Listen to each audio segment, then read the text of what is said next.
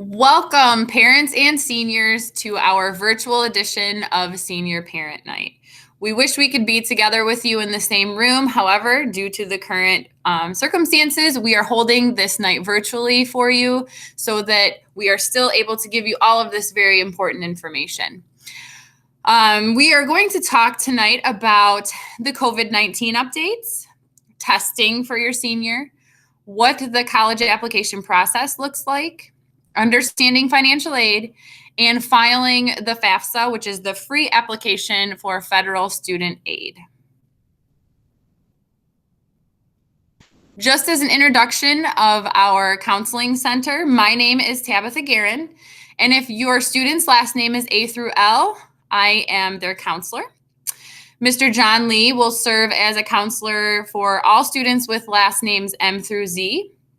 Ms. Corrine Williams serves as our Career and College Readiness Advisor, and Ms. Julie Berry is our Counseling Office Secretary. So as we move through this PowerPoint, you will notice that anything in red is going to be a change or addition to updates due to COVID-19. So anything that you see in that red color is reflected as an update due to the pandemic. So let's get right into it. Let's talk about testing for a moment. The two tests that students can take that will be reflected on their transcripts are the SAT, which stands for Scholastic Assessment Test, and the ACT, which is the American College Test. These are nationwide standardized tests, and the purpose of them is for college admissions, course placement, and many scholarships use them as criteria to determine winners. The SAT is comprised of 4 different sections. You have the reading, which is 65 minutes, the writing and language is 35, the math is 80, and then the essay is a 50-minute section. Your seniors, whether they are virtual or face-to-face, will be taking the SAT on October 14th, which we will get into in a little bit. That is the test that Emily City Schools and all schools in the state of Michigan give to their students. Many students still opt to take the ACT, and that is also comprised of some different sections. You have 5 of them. You have English, math, reading, science, and writing, and that English is more grammar, that first section right there. So those are the 2 tests that our students take. And we'll get into more detail in a moment. So the testing dates at Emily City High School for the 2021 school year for the fall, this actually applies to all of our virtual learning students as well. Your seniors will participate in what is called a pre-administration session on October 6th. And if they're taking the test on October 14th, they have to attend this pre-administration session. The purpose of this is to get their answer sheets bubbled in with with the demographic information, that is needed on the answer sheet. And that session takes anywhere between 45 minutes to an hour and a half. And again, the purpose of that is to shorten their day a little bit with the bubbling on October 14th, which is going to be their test day. So your seniors missed the spring testing last year due to the pandemic and school being canceled. So this is their only option for a free SAT test. Again, it's on October 14th. So if your student is a Virtual Learning Academy student, they will come to the school on October 14th. They must be in the building by 7:30, and we will guide them to their testing rooms. A letter did go out to all families with those specific details. And if you have any questions, please feel free to give us a call and we will help in any way that we can. If your student misses the October 14th testing date, that is okay. There is a makeup date on October 27th. If you choose to take the SAT again after that, you can, but it will cost money, and you would register and pay to take that at a site that is near you, and your student can do that on their College Board account. Also through their College Board account, there are test prep questions and sample questions for them. If your student decides to take the ACT, they can register and pay to take that, again, at a site or a location near you. And then fee waivers for SAT and ACT, we do offer those for any students who qualify. And we can help you out with that if you have questions as well. So moving on. When we are talking about testing for the SAT and the ACT, we are keeping in mind social distancing and that there's going to be limited seating in testing rooms, which is why we ask for our Virtual Learning Academy students that they notify us by September 28th so that we can really prepare those rooms for everyone. Masks must be worn, and we will be following all sanitizing procedures.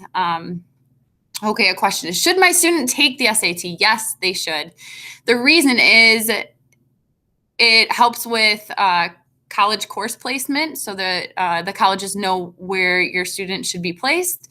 It helps with scholarship criteria, and it's a supplement to the college application. So we do put their testing scores on their transcripts, and when we send their transcripts to post-secondary institutions, they have those scores readily available to them. Variations in test optional policies. Due to the COVID-19 pandemic, some institutions are being flexible regarding test scores. They understand that your senior didn't have an opportunity to take it in the spring, that they do have an opportunity to take it in the fall, but they're understanding of the pandemic.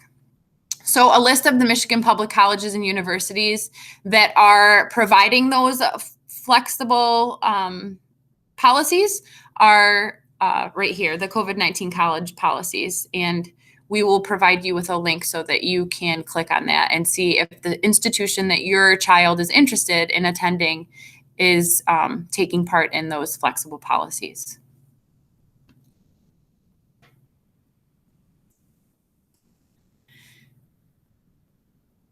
So the college application, I'm sorry. Let me get back here. The college application process, which we are going to go in depth in a moment. What if the institution is test optional? Well, there's a couple different test options. Some institutions are test optional. Some institutions are test flexible, and some institutions are test blind. So let's take a look at what this means. Test optional. At some colleges, if your grade point average or class rank actually meets the minimum requirement for those institutions, you can decide not to submit an SAT or ACT score. Some applicants, like homeschooled or international students, are required to submit those scores regardless of their grade point average.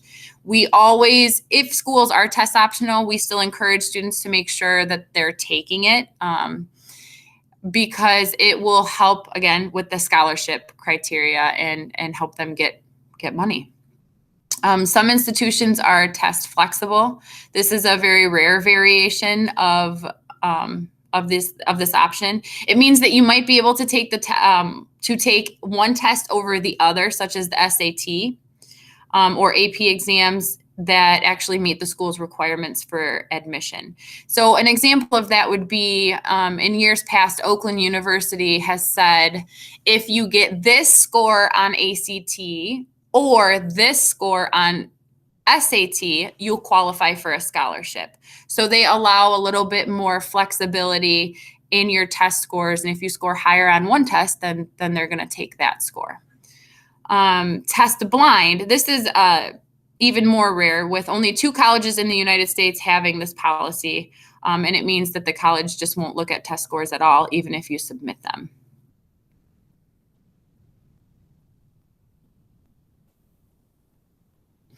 The college application process.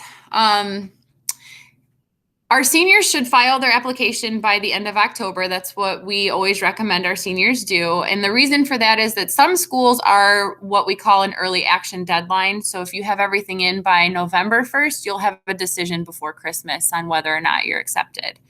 Ideally, we always tell students it should be done earlier due to the financial aid timeline. And that's because the FAFSA, the free application for federal student aid opens up on October 1st.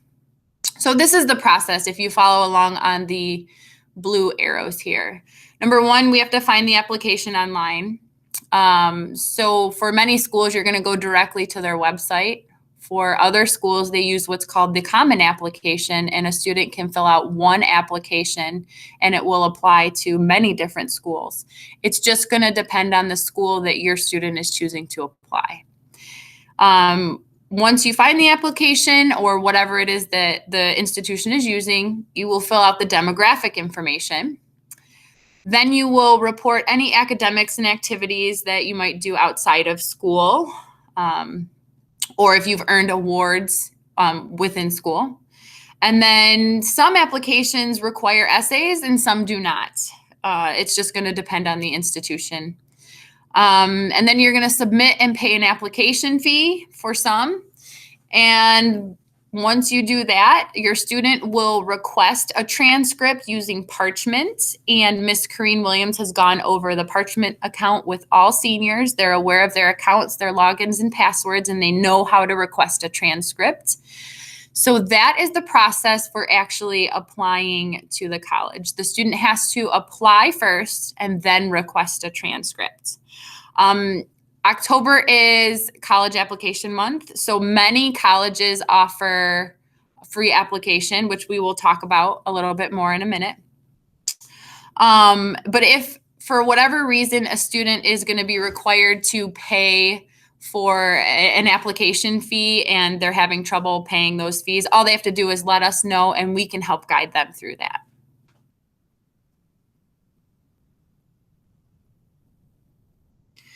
So once you fill out the college application and your student requests a transcript, you're then going to work on filling out your financial aid. Mrs. Williams is going to talk about this in slides to come. But when you fill out the FAFSA, which is the free application for student aid, these are the different types of things that you can get from that application. You have scholarships, those are grants that is free money. You do not have to pay back. So again, grants, that is synonymous with scholarships. You can qualify for loans. We will talk about what types of loans there are in a moment. And then you can also qualify for what's called a work-study program when you fill out your financial aid. And that is when they will decide whether or not you or your student qualifies to have a job on campus while also studying there.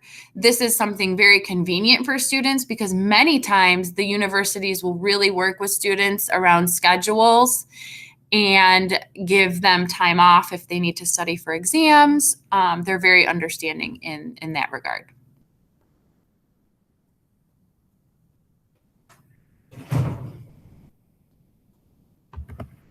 All right, everyone. This is John Lee, and I'm here to talk about local scholarships. So our local scholarships are scholarships that are available to our immediate local community.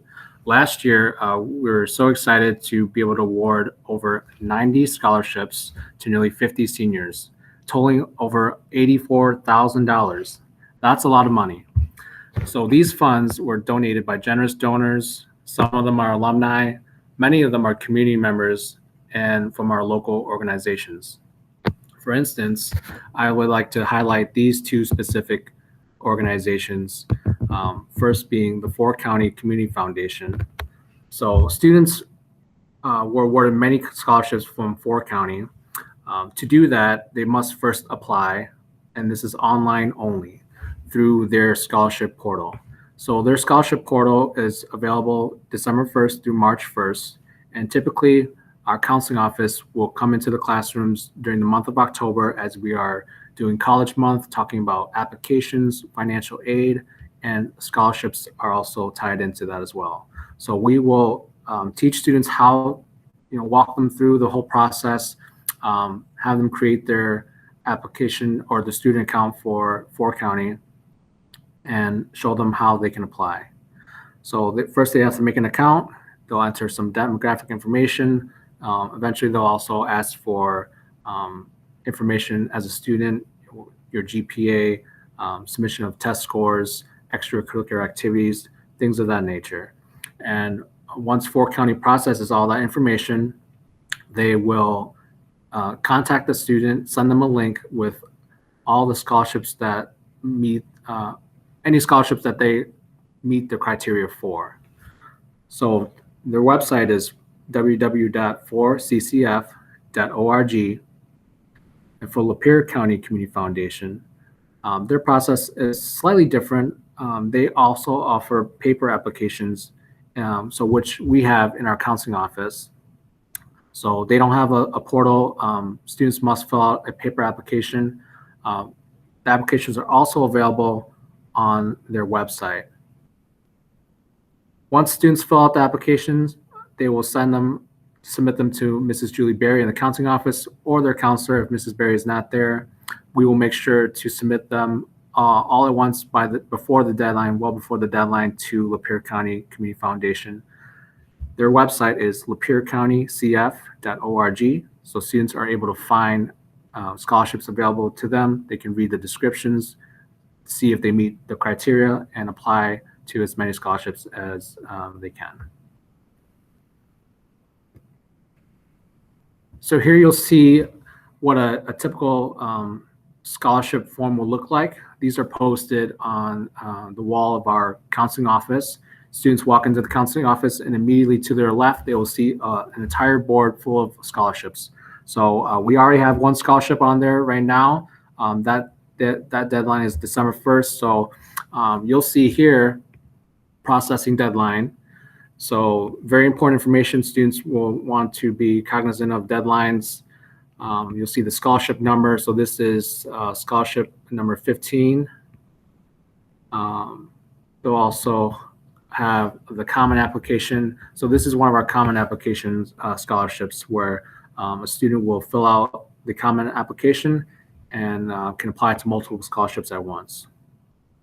You also see GPA yes, so that means this scholarship, this particular scholarship will require students to submit their GPA, their ACT, and this one has an essay short answer.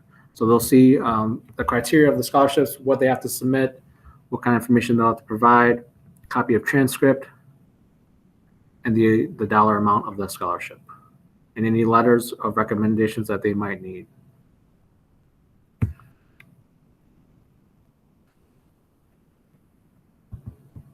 So we also make these scholarships available to all of our online students.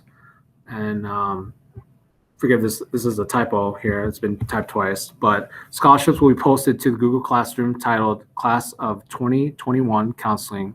And for students who have not joined that Google Classroom yet, the join code is right here.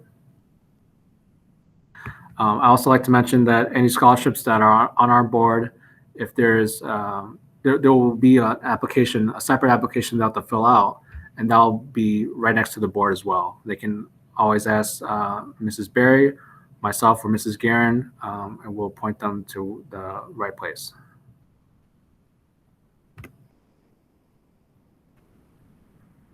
So earlier we mentioned different types of scholarships. We covered local scholarships. University scholarships are scholarships that are provided from colleges and universities. So many of these scholarships are merit-based scholarships, meaning they look at your academics, so your GPA, your test scores, and other criteria as well. So to look these up, you'll have to go to the institution's website. So we have a sample of a screenshot here. It's Grand Valley State University. If you were to browse Grand Valley State University's website, typically it's found in their financial aid section or office website and scholarships. I will also show you how to browse one of these websites in a later slide. So here are some scholarship search engines that we've used in the past for our students when we sit down and they're looking for scholarships, or if they're asking, how can I find scholarships online? So fastweb.com is one of those reliable scholarship searches. FinAid, short for financial aid, .org provides a lot of information for financial aid with information help.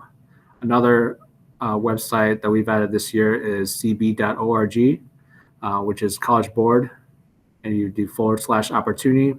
You can learn about some opportunities for scholarships. So I'm going to walk you through a few examples of local college scholarship searches. So first one we have here is Oakland University. So let me click on that.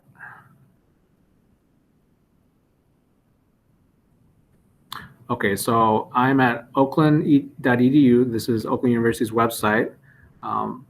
Many of our students have attended Oakland University, including myself and Mrs. Guerin. So let's see.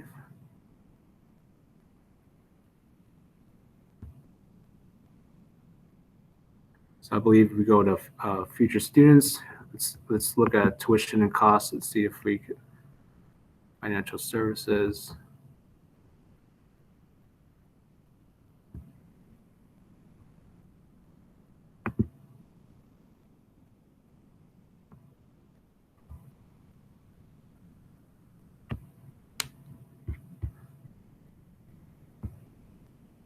Okay, sometimes they move these things around, so it might look different. Oh, student services, financial services.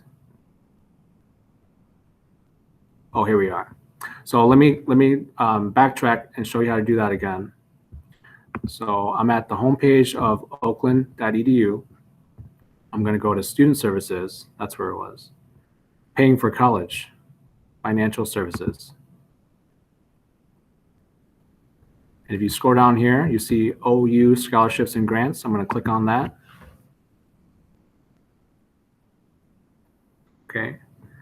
I know that last year the scholarships would just appear here, but they did move it to a new section. So I'm going to click scholarships, and they have a whole new process here, scholarship manager. But it's pretty self-explanatory. If you see it says explore scholarships, that's what I'm going to click on. And you can type by keyword if you know like the title of the scholarship or the name. But here, let's look at some examples. So the first one, the 2020 School of Education Human Services Undergraduate Tuition Award. This is for undergraduate students full-time in the School of Education and Human Services. We see here that the criteria includes a minimum GPA of 2.8 and must complete one semester at OU. And there is also an essay. Financial need may be considered. Okay, so these are things that you'll want to pay attention to when you're applying for scholarships, making sure that your student meets their criteria, see if it applies to them. I want to look at one that has an example with test scores. So the Academic Achievement Award, high school GPA 3.7, SAT score of 1130 to 1190, or ACT composite score of 23 to 24. So when you see or, that means they don't have to take both the SAT and ACT. However, if you have a student who has taken the SAT and perhaps scored 1,000, so then they would not be qualified for this specific scholarship, as you can tell. However, they may decide to take the ACT in addition to the SAT, and perhaps they are able to meet the score in this range, 23 to 24. That would make them eligible for the Academic Achievement Award, as long as they meet any other additional criteria. So there are thousands and thousands of scholarships available across the nation. In particular, now we're looking at university scholarships, but you might see that, okay, 3.7, perhaps your question is, well, my student's not going to have a 3.7. Well, there are tons of scholarships with various criteria. So there are scholarships even for the lower end of GPAs or lower test scores. Some might not even include test scores as a requirement. Some are perhaps available for students that are pursuing a certain degree or have done community service, and they may omit GPA and test scores completely. So you're just going to have to do some research to look around and see what kind of scholarships are available to you. Okay. So going back, so that was an example of Oakland University. It's pretty much the same process. If you look at like U of M Flint or University of Michigan, Michigan State, just do some digging around. You can also Google, if it might be easier, Oakland University and scholarships. That might also take you to that as well.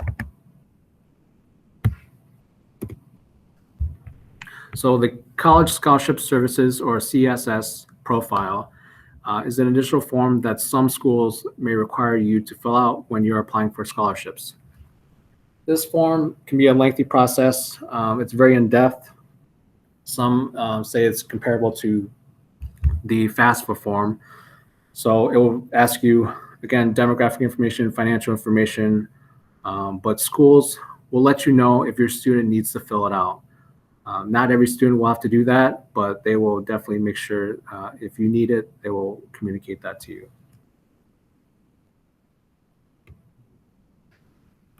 Hi, everyone. It is Ms. Williams here. I will be covering the financial aid principles. So, paying for the student's educational costs is the primary responsibility of the student and the parents. Aid is distributed based on ability to pay, not willingness. Families are reviewed and assessed using their 2019 income tax information, and families are evaluated in an equitable and consistent manner, recognizing that special circumstances may affect the family's ability to pay. For example, COVID-19, a lot of people have lost their jobs, their finances have changed since 2019. Because of this, financial aid offices around the U.S. want to know, what the financial status of that family looks like today. So once you complete the free application for federal student aid, I encourage you to call the financial aid office of your student's choice to elaborate more about your financial aid status. So applying for financial aid, I will go into depth, but as you can see, there is a process. So first you have to create a FSA ID, or a Federal Student Aid ID, and then you can complete the FAFSA form. And then once you complete the FAFSA form, it will formulate a EFC, or your estimated family contribution. This estimated family contribution will be sent to the colleges of your choice in the form of a student aid report. The student aid report will be emailed to you as well as colleges.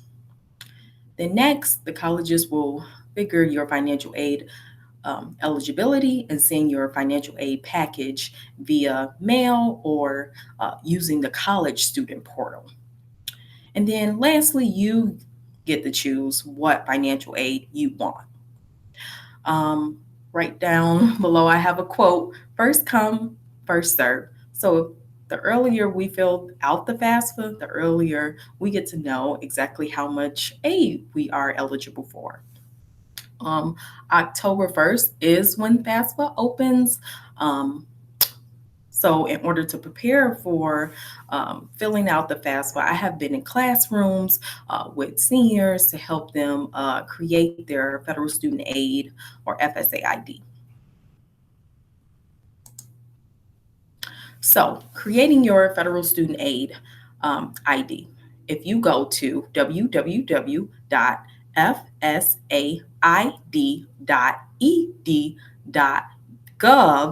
you will see this page. Here you will create a username and a password. This is your legal login into the FAFSA, as well as your legal signature stating that the information on your FAFSA is correct. So other information you will need in order to complete the FSA ID is your social security number, as well as a valid email address.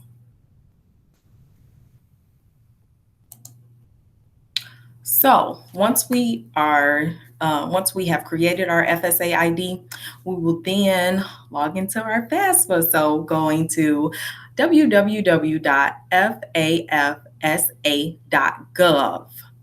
There has been a mock website that says FAFSA.com. That is a scam. Again, you want to go to www.fafsa.gov to fill out the free application. You will never have to pay to complete this FAFSA form. So once we get to this page, we will complete the 2021-2022 FAFSA form, not 2019-2020.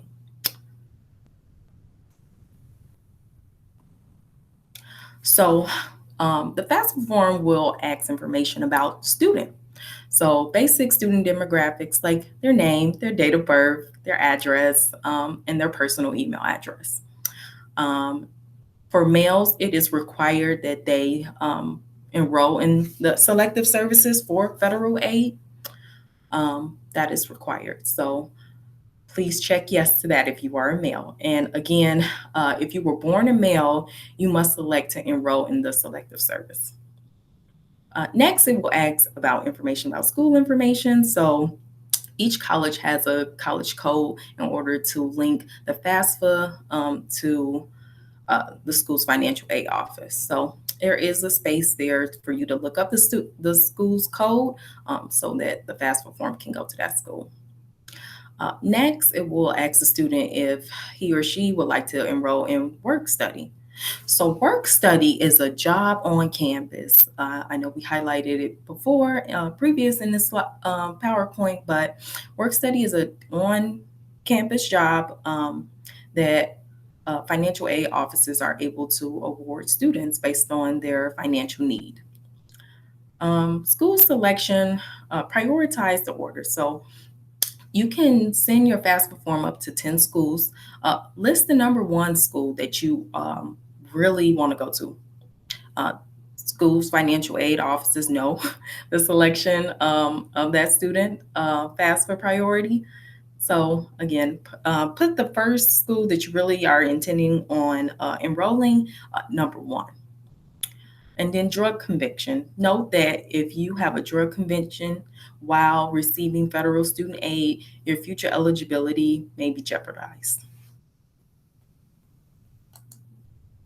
So dependency determination. So if a student answers yes to any of these criteria, parents' information is not required. So parents don't have to submit their 2019 federal income tax forms if a student can say yes to the bullet points below. So I will be 24 or older by December 31st of the award year. I am married or separated but not divorced. I will be working on a master's or a doctorate program. I am serving on active duty in the U.S. Armed Forces. I am a veteran of the U.S. Armed Forces. I have children or dependents, and I provide more than half of their support. Since I turned 13, both of my parents were deceased. I was in foster care since turning age 13. I have dependents other than children or my spouse who live with me, and I provide more than half of their support. I was a dependent or a ward of the court since turning age 13. I am currently or was an emancipated minor as determined by the court. I am currently or was in legal guardianship as determined by the court. I am homeless or self-supporting, or I am at risk of being homeless. Unaccompanied youth. So again, if a student can answer yes to any of those that I've just listed, the parent will not have to provide their 2019 income tax forms. So let's talk about who is the parent. So parent refers to the biological or adoptive parent. The grandparents, foster parents, legal guardians, aunts, uncles, or other siblings are not considered parents unless they legally adopted you.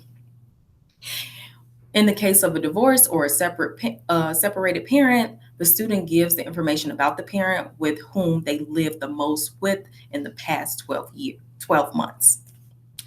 If you lived with both parents equally, then the student gives the information for the parent who provides the most financial support. If the student's parents divorced or a parent who was widowed has remarried, the student is also required to provide information about the step parent.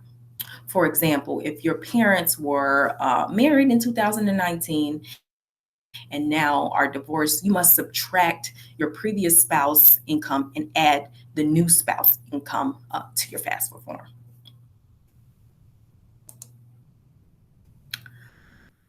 All right, parent information. So the FAFSA will ask questions about the parent's name, date of birth, when they got married, demographic information, like that, and then also household size. So household size does not mean people who physically live with you. It's about who you support financially.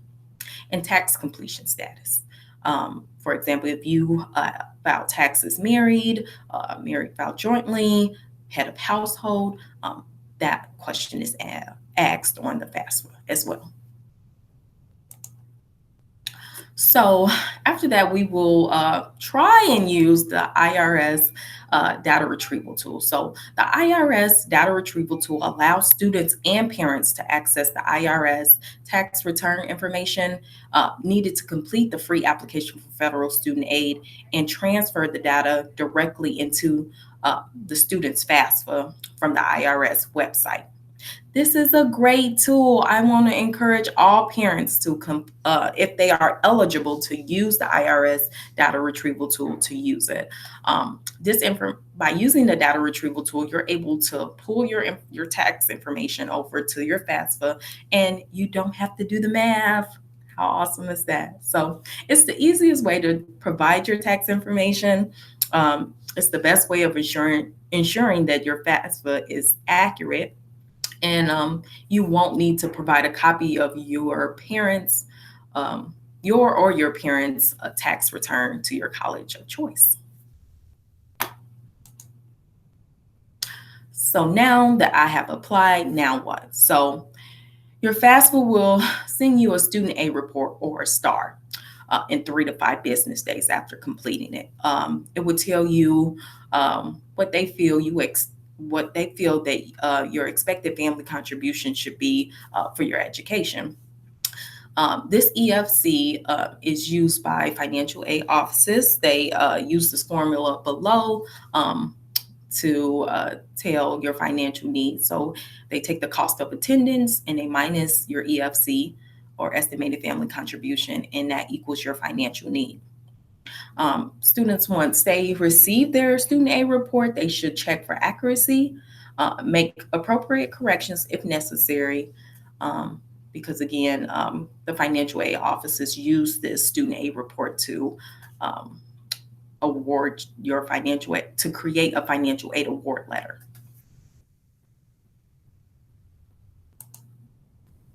The financial aid award letter will list the following. So you have scholarships and grants.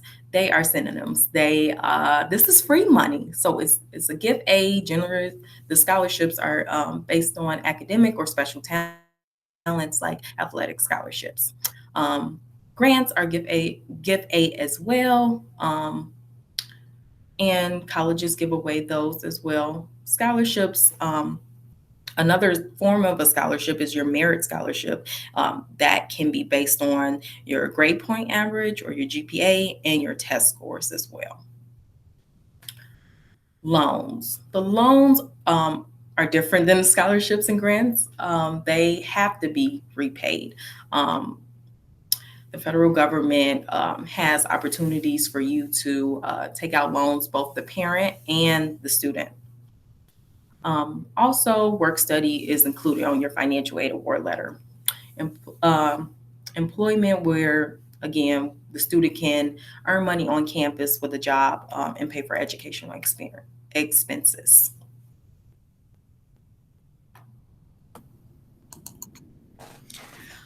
Okay, let's talk about the different types of loans. So once you get your financial aid award letter, and you can clearly see if you've gotten some scholarships or grants, it will also list different loans.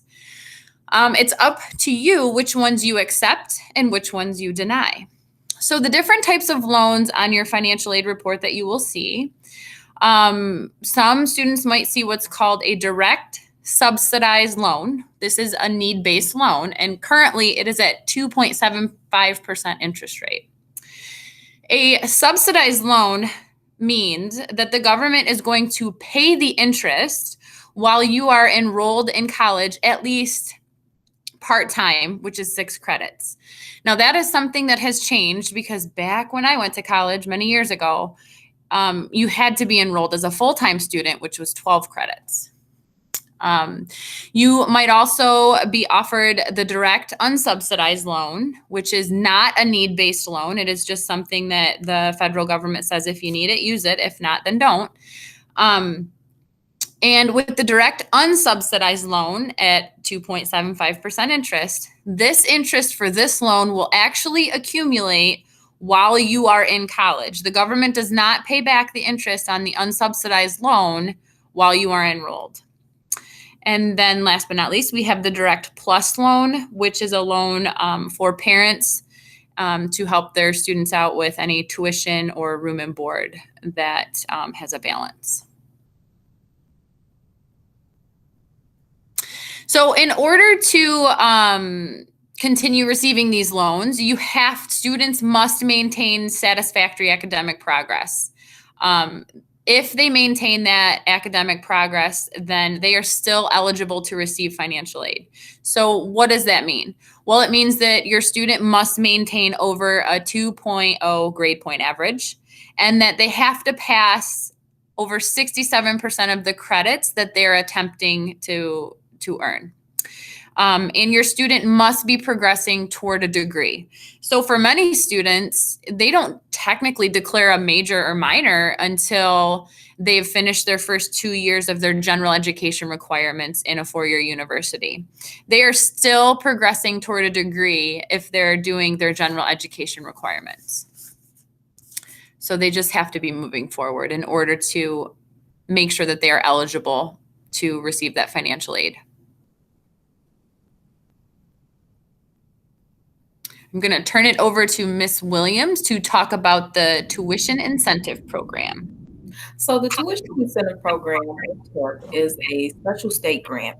To be eligible for TIP, you have to be on Medicaid for at least 24 months within a 36 consecutive month period, as identified by the Department of Health and Human Services. So if you are eligible, I encourage you to call this number, 1-888-447-2687, to complete the application. This application will ask your name, your date of birth, your social security number, as well as your address, as well as what year you will be graduating.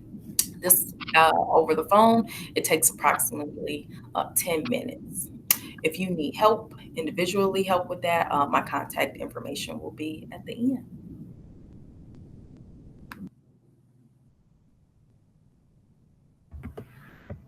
All right, everyone. So these have been some great positive informations to learn.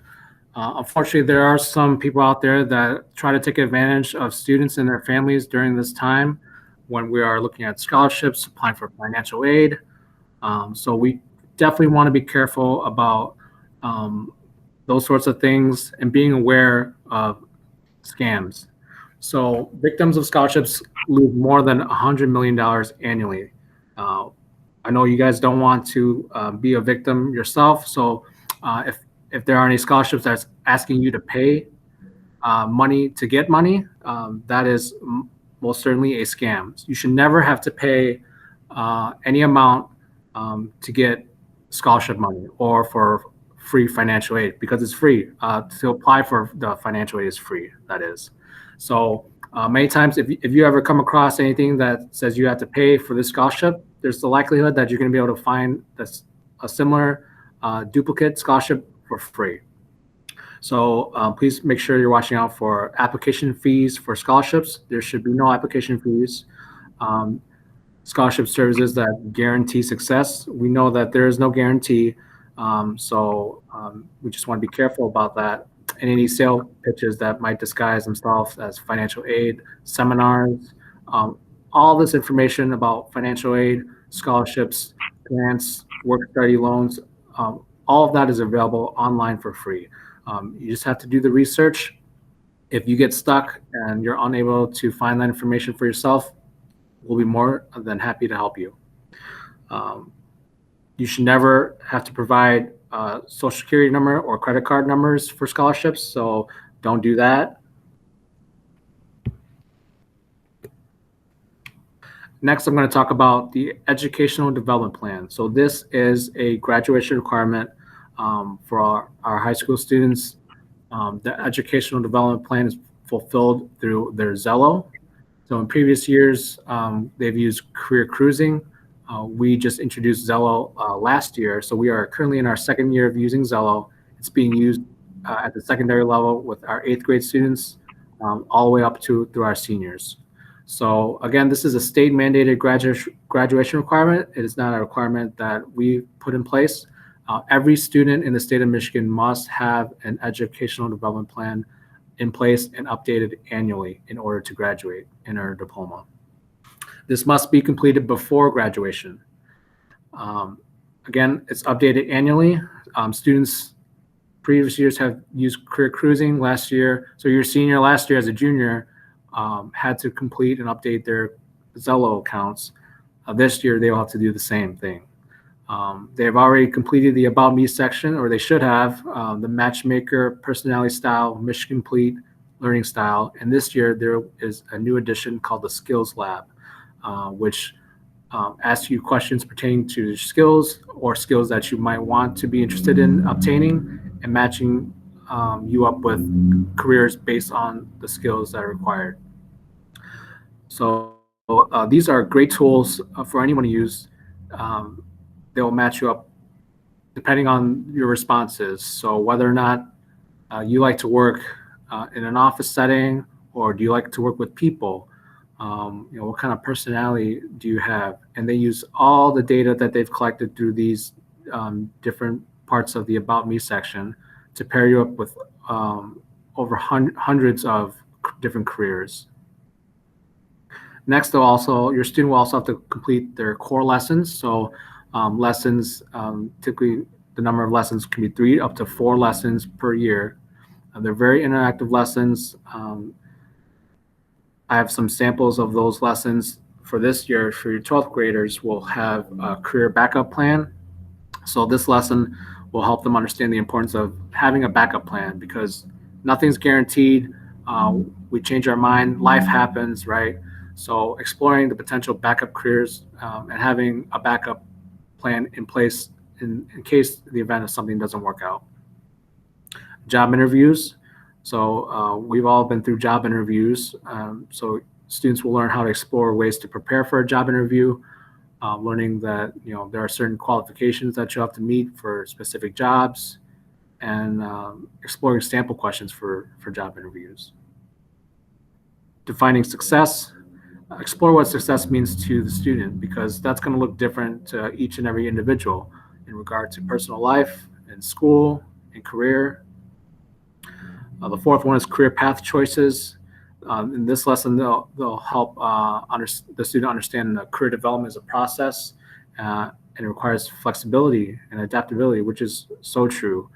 The importance of reevaluating their interests and skills, because right now, as a senior, the interests may not be the same as they were when they were a freshman, and they will likely not be the same, as they move on as adults in their post-secondary planning. So these lessons and the About Me section must be complete before they graduate, or else they will not be able to walk across that stage and get that diploma. So we make sure to remind them throughout the year multiple times, you have to complete your Zello. They know their graduation requirements. We go into the classrooms and talk about that. These lessons take anywhere from 30 to 45 minutes. So students are able to access this at home on their personal computers. We're also working on getting Chromebooks in our building towards the end of this calendar year, so that we're able to provide them time within the classrooms. If your student doesn't have, if your teacher allows their student to work on Zello, teachers also know that Zello is a graduation requirement. Parents and guardians are also encouraged to review and discuss career-related issues with your student. So we encourage you to ask your student about their Zello or their EDP. How is that going? Can I see it? Spark up some conversations. This is a collaborative experience. So students should already know how to log in to Zello. They will use the PowerSchool single sign-on. So when they go to PowerSchool, they log in with their Imlay City School username and password.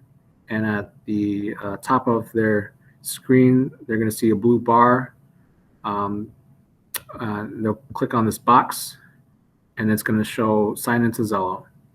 They click on that, and that's going to open them up a new tab or a window where they can access their Zello.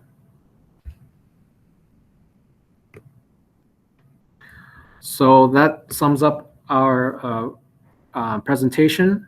If you have any questions, please feel free to contact any of us here on the screen. Thank you so much for participating and joining us for our virtual Senior Parent Night. Thank you.